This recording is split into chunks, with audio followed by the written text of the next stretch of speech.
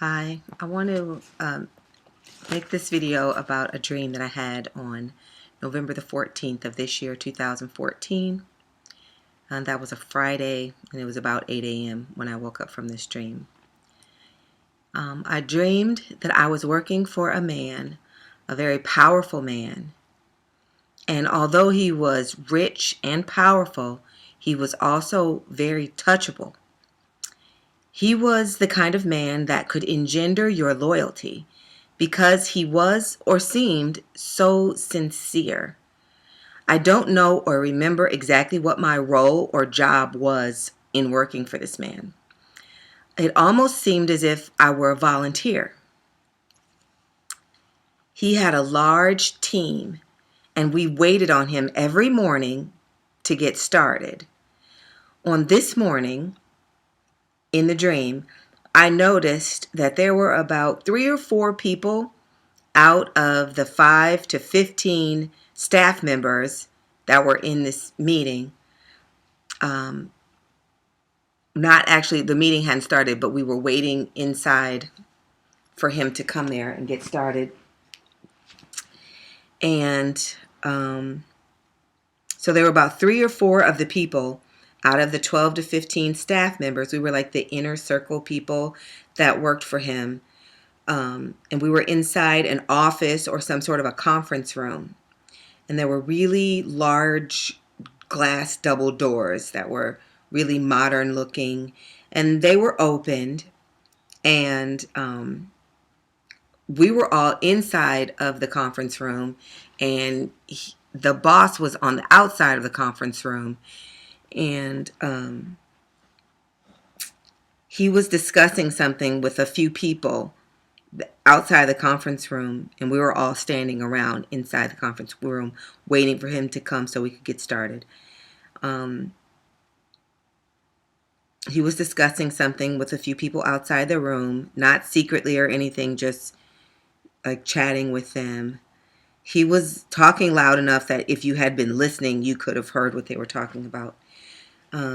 It was almost like he was pressing the flesh, if you're familiar with that term, or just doing what really successful leaders do when they greet people and take a few moments to make them feel special. Anyway, the 3 or 4 people that were inside the meeting with us, 3 or 4 of them were grumbling and nudging each other and like whispering really disrespectfully, implying that our leader, our boss, was like unorganized or unprofessional, because while we were waiting on him, it got to be where the meeting was a few minutes off schedule from starting. And it was just a meeting where we went over the agenda for the day and like little pep talk or whatever that you would do as a team. And so I wrote here, now you need to understand that this man was so humble. Like he was almost a regular guy. He was so humble, and it was like he just happened to be a millionaire that was a regular guy. So many people, including members of his staff, were often disrespectful to him in like a passive aggressive sort of a way. And you also have to remember that myself and other members of the inner staff, and other members of the team at large, were deeply, deeply loyal to him. Like we felt like he was family. And the fact that he seemed so meek about the occasions of disrespect made our loyalty to him very personal. We were loyal like family and close personal friends. And I was just about as loyal as anyone. So back to us standing around as a staff waiting for him to come in. I noticed 2 women. Both of them were middle-aged Caucasian women, and one of them nudged the other one. Like, she wasn't even really trying to hide it, just sort of trying to hide it. So she nudged the other lady, and they start whispering, making comments about how he was late, as I said earlier. So anger and boldness came over me, and I began speaking very loudly to them, and to the one woman in particular who started the whispering. I said really loudly, like yelling at her, I said, "You work for this man, and he is in charge." I said, "This man is like a billionaire, and the meeting starts whenever he gets in here." And I said this to her. And then I realized, even at that time, that I didn't have any authority over anyone in that room. Because like I said, I don't even know what my job was. But nonetheless, I had gotten so angry, and I was so tired of them, like, disrespecting him. And it just was rude. He was the boss. He was in charge. Who are you? You don't like it? Hit the streets. So even though I realized I didn't have any authority over them to be chastising any of them, but I just couldn't stand their disrespect anymore. And when I saw that everyone there agreed with me, except for the ones that were grumbling, the haters, I got even bolder. And because my boss was just outside the double glass doors, and he heard me yelling, and he also seemed to be in agreement with me correcting this disrespect. These people had always done this, and they felt entitled to do so, to disrespect him, because they felt like he was nobody, and they were resentful of him in general. So I called the lady out and continued saying loudly, "If you can't be a supportive part of this team, then you need to get out." And then I looked around the rest of the room, and I'm like, "And anybody else who cannot get with the program, you need to get out too." So I was like, "You can leave too." So upon that, 3 or 4 people, her included, and the woman she was talking to, they just left. They walked out of the room, quitting or whatever. And at that point, I was feeling pretty pleased with myself. I'm feeling like, okay, I just have purged our inner circle of some of these haters. And this action, me yelling at them like that, it also seemed to put me even deeper into the inner circle, into that trusted inner circle. So now I'm like one of the main people. So next, the scene changed, and the meeting was over, and it was late in the evening. Now, all throughout this day that this took place on, there have been television reports on various news channels about some mysterious and scandalous trucking shipments that had been going on. And they were like, what's going on with these trucking shipments? And, what are they hiding? You know how they always have the little scandal deal. And it's on just any news channel. You're just hearing this throughout the day. And, but nobody really thought anything of it or paid any attention to it, because it's kind of like how it is in reality. You hear so many scandals. You hear so many, this happened and that happened, and it never goes anywhere. They have these congressional hearings or whatever. Nobody gets in trouble. After a while, they drag it out so long, nobody cares. So this was kind of just background noise, just tuned out the part that the fact that there were some mysterious trucking shipments.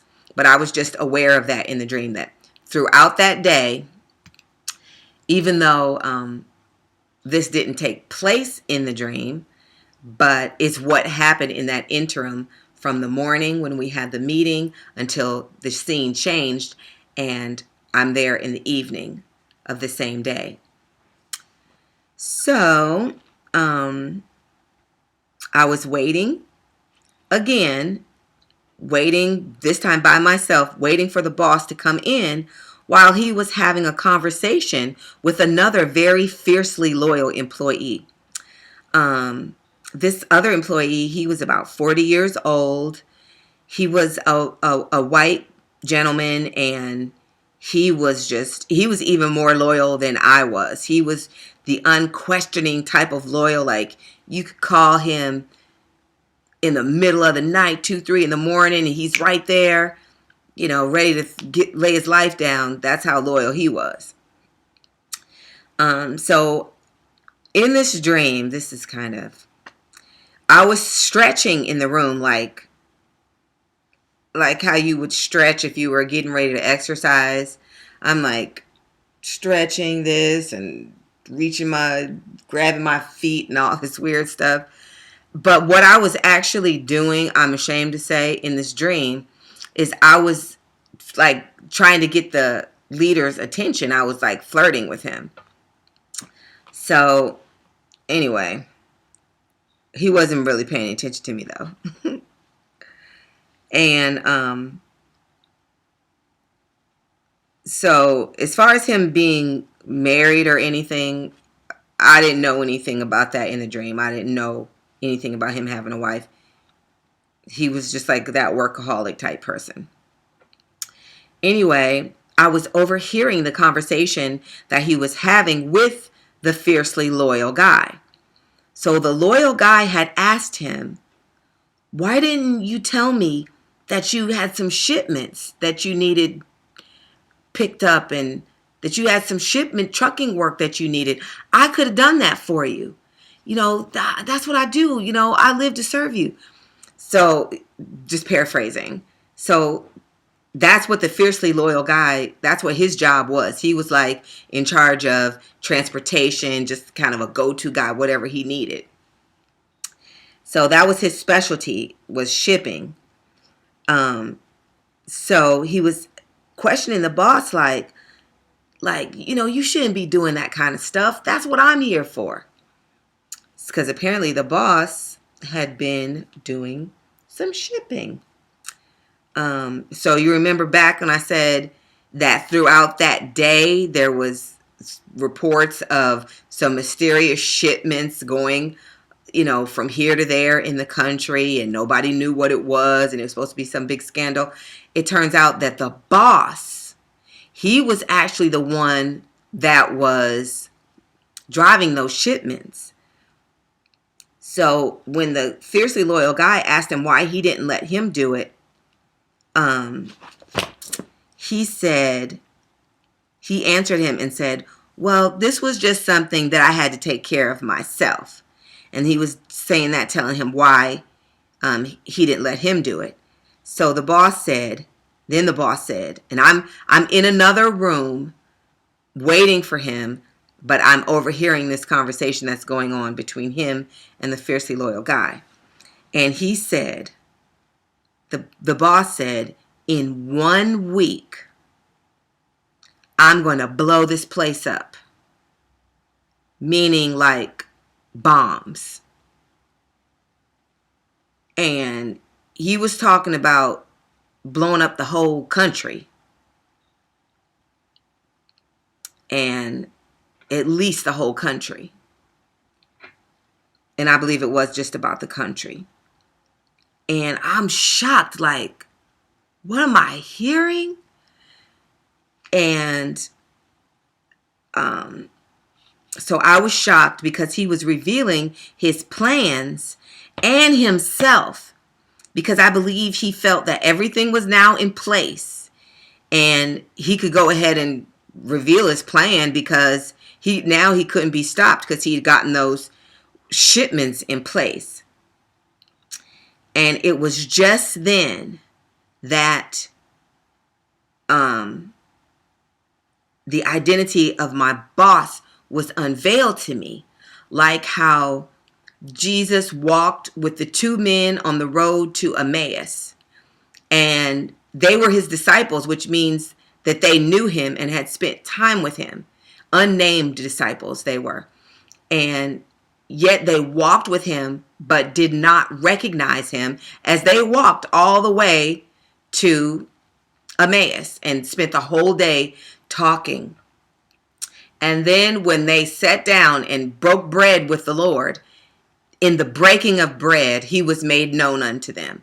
In other words, somehow his identity was unveiled to them, even though he had been in front of them the whole time. So this was what happened in this dream when the man revealed his plans that he was going to blow up the country in 7 days.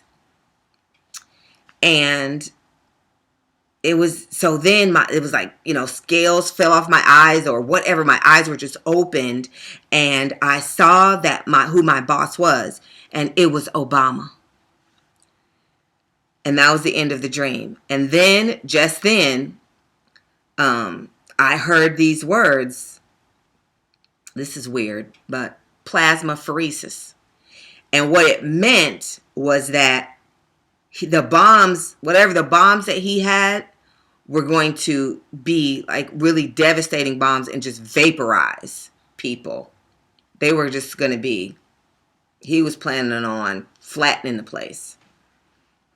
So now,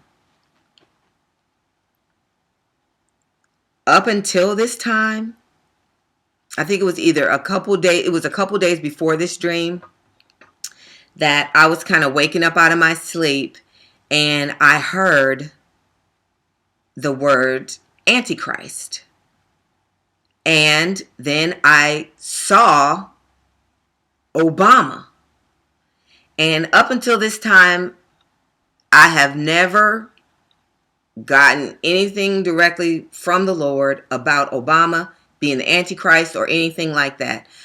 I felt like he was, like from the time he was first elected and from the times that I first heard of him, I felt that the loyalty that people had for him and that acceptance speech that he made for in 2008 when he won the first election that November, when he made his acceptance in Chicago, how this crowd was like in a hush of the night, and everybody was like transfixed on him as if he were saying some great speech. It was like a spell was over everybody, and it just felt very eerie to me, very unnatural, because he wasn't really saying anything.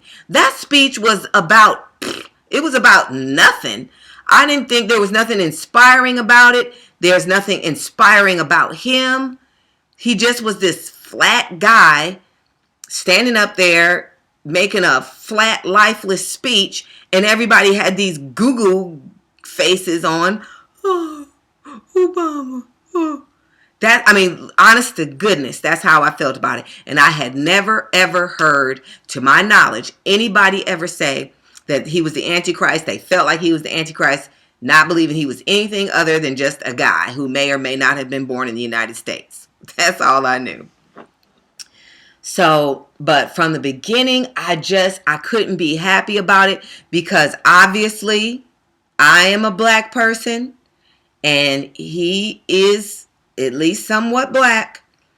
And my natural inclination was to be happy, because who would have ever thought in my lifetime, given the level of racism that still exists in the United States, and especially before this, that a black man could break through that barrier and become the president of the United States. I was in awe of that fact.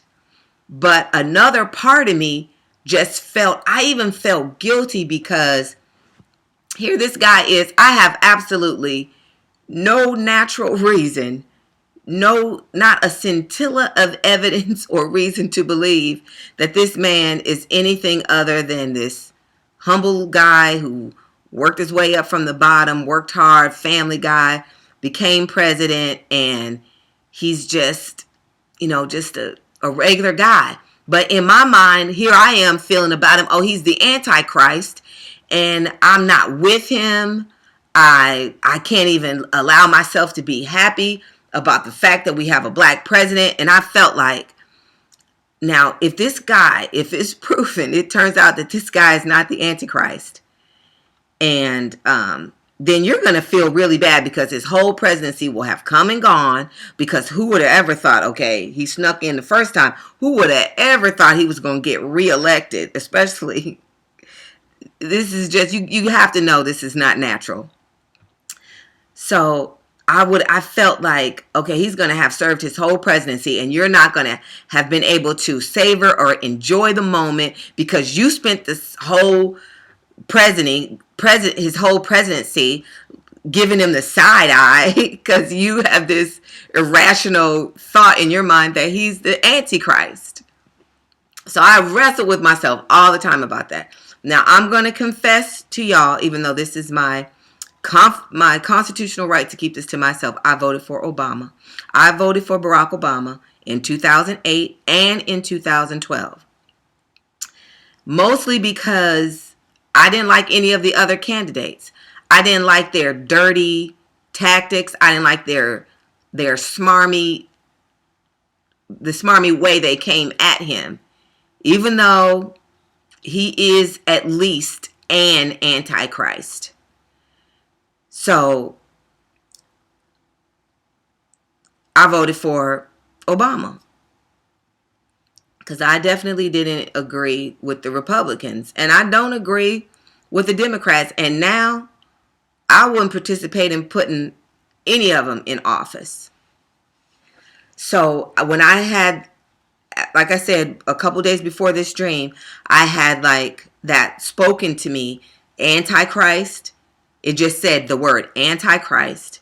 And then I saw Obama. And I was awake at that point, but just kind of like still laying in bed. And I closed my eyes and I saw Obama. And then it like panned like a camera. And that as it panned over, he was standing to the left of a throne. He was standing there, and on his right, and he was standing to the left of the throne, was a big throne, bigger than him. And instead of carvings, it looked like carvings if at first glance, but when you looked at it, all of them, instead of being some carved rendition of something, it was snakes coming off of it. They were attached to the throne, but the end part of their body or their head or tail or whatever could move. So the whole part of the throne was like in motion. And it was this real black throne and those snakes attached to it instead of carvings. So that made me think, okay, that coupled with the words Antichrist, like Obama was not the Antichrist, but he was like standing at his throne. So he receives authority from the Antichrist who will sit on the throne. And interestingly enough, that throne was still empty. Because even though Obama is revealed, the Antichrist himself is still not revealed to come and sit on that throne. But he will be coming to sit on that throne. Because the Bible says he will. So, this is what I wrote after I had that dream. Either Obama is either the Antichrist or very closely allied with him. I think maybe his deadly wound would be that he would recover. I just said this in my own thoughts, that the deadly wound that he would recover from could be lung cancer from his smoking. That's the thought. That's just a thought. My own thought. Nothing, not from the Lord. Not directly from the Lord. And then, okay. Then on, let me find it, November 19th. Now remember, that was November 14th. On November 19th, at 5:05, well, on November 19th at around 4 a.m., I was awakening from sleep, and just before I opened my eyes, I saw like of this huge explosion and a big fireball. And the fireball, like, instead of going, it didn't look like a mushroom cloud or anything. It didn't go straight up. It kind of was like off to the side, shaped like a drooping ice cream cone or something like that. And then at 5 a.m., when I went ahead and got all the way up, I heard this in my spirit, this still small voice, just say the word assassination. So I thought that was interesting.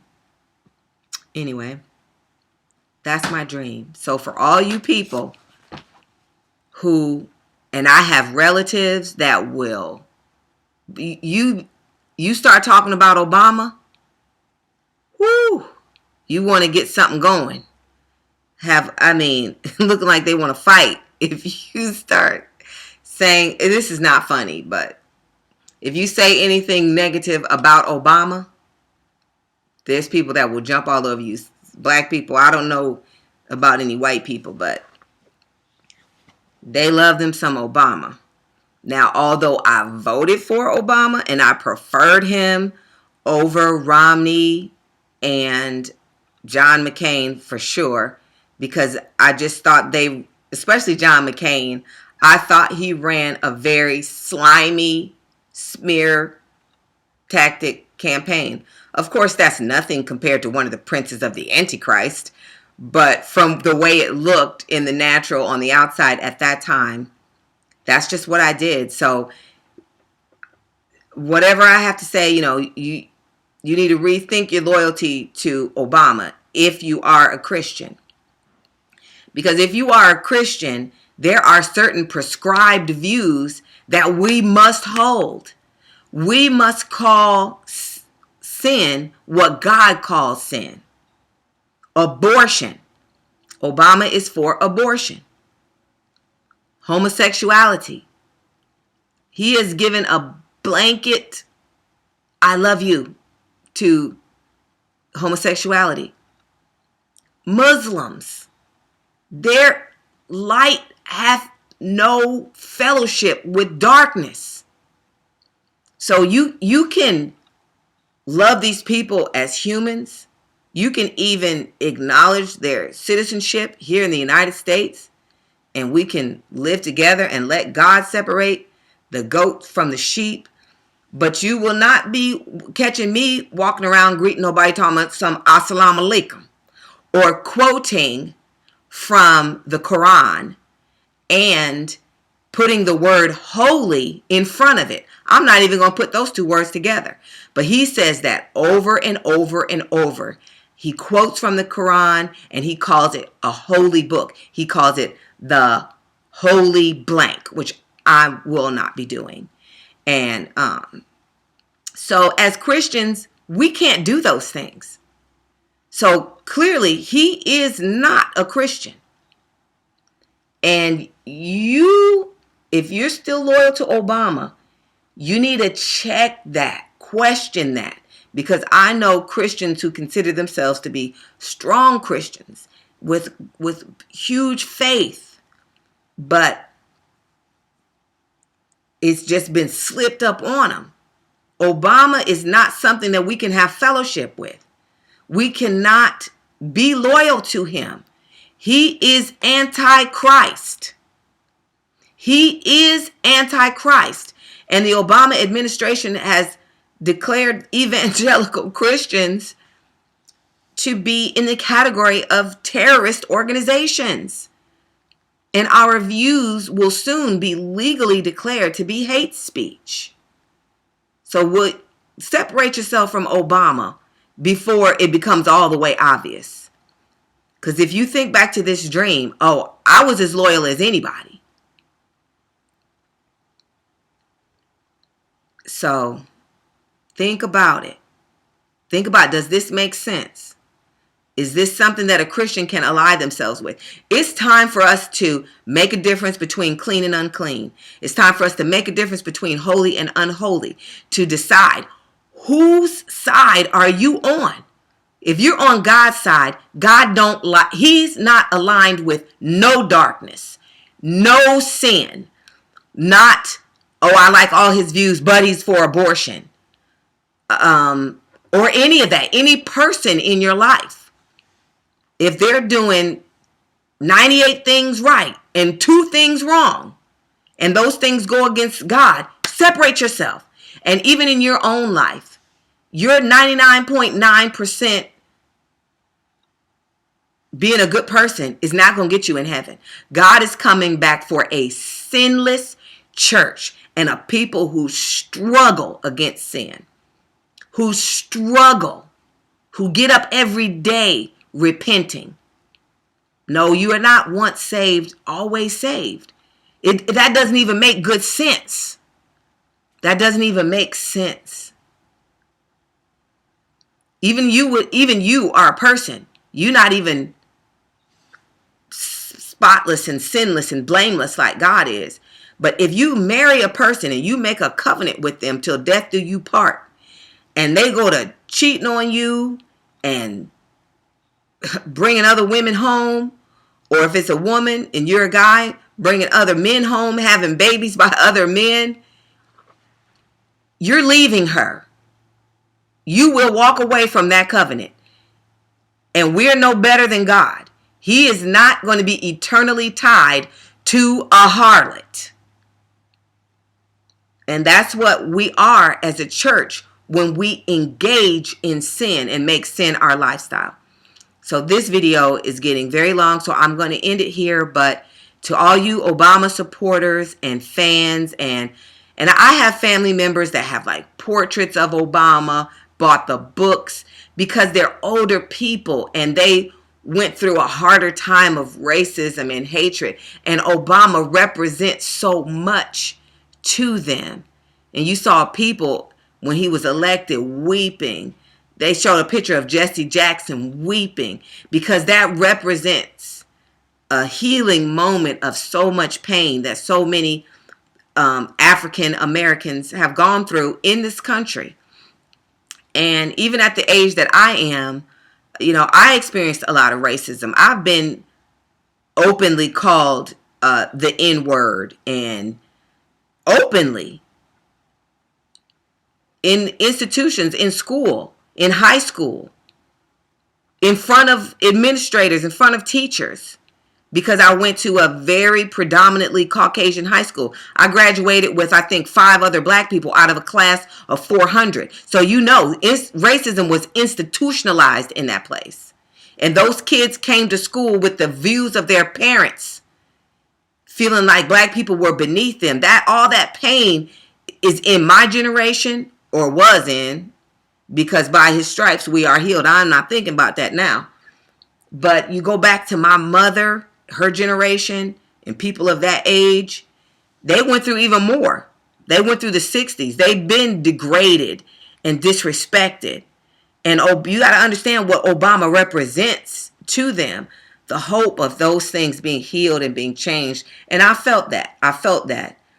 But unfortunately, our first black president just happens to be an antichrist in the end times. He is allied with the antichrist, who is to be revealed, who even now must needs be in the earth, because the tribulation is upon us. So thanks to anybody who may see this video. I hope you got something out of it. God bless.